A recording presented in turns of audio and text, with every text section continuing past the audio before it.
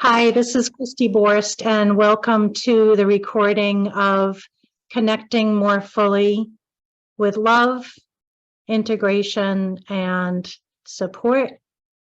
I'm going to be starting off with kind of a general message, which has been asking for share.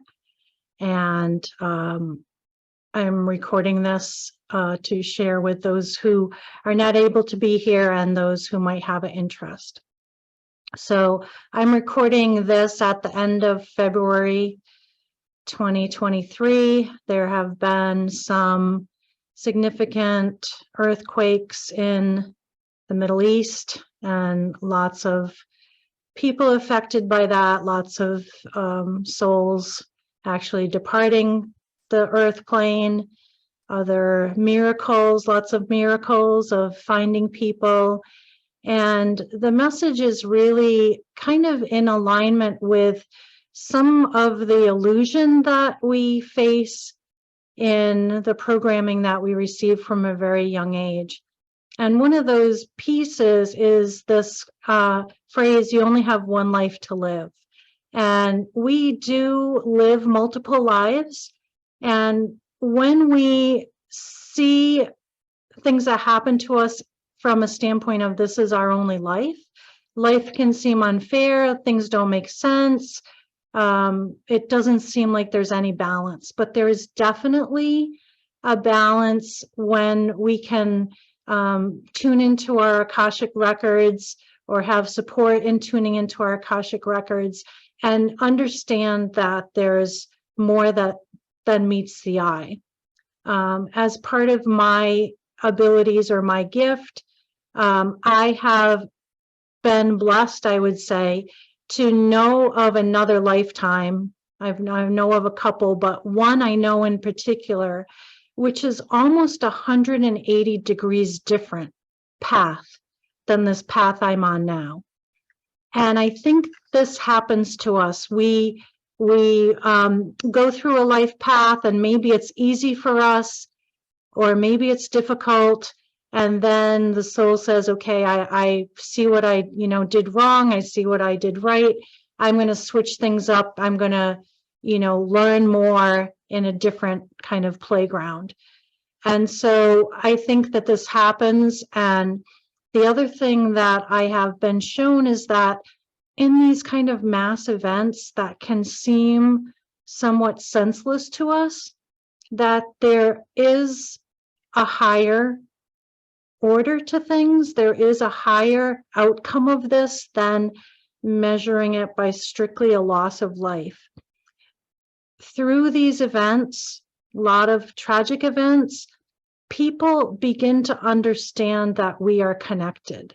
People understand that we don't just need to be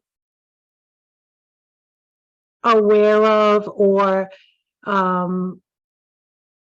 wishing good for, ourself, our family, our country. We are all connected, and when one suffers, we all suffer because we are connected. So I think one of the best things we can do to honor those who have really served the light in order to bring us more together is to honor their passing, to honor the life that they've abandoned, or and trust that there is a balance.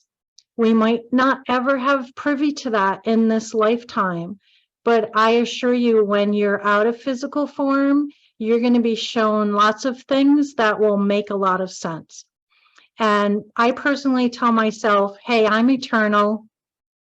I have lots of time. I can be patient. I can be patient to understand, why things happened the way they did, because I know eventually I'm going to know.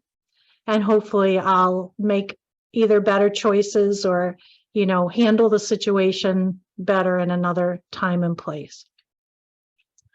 The other thing I want to share is, as I was kind of posting about this group, one of my previous channels came through, and that I would like to read to you.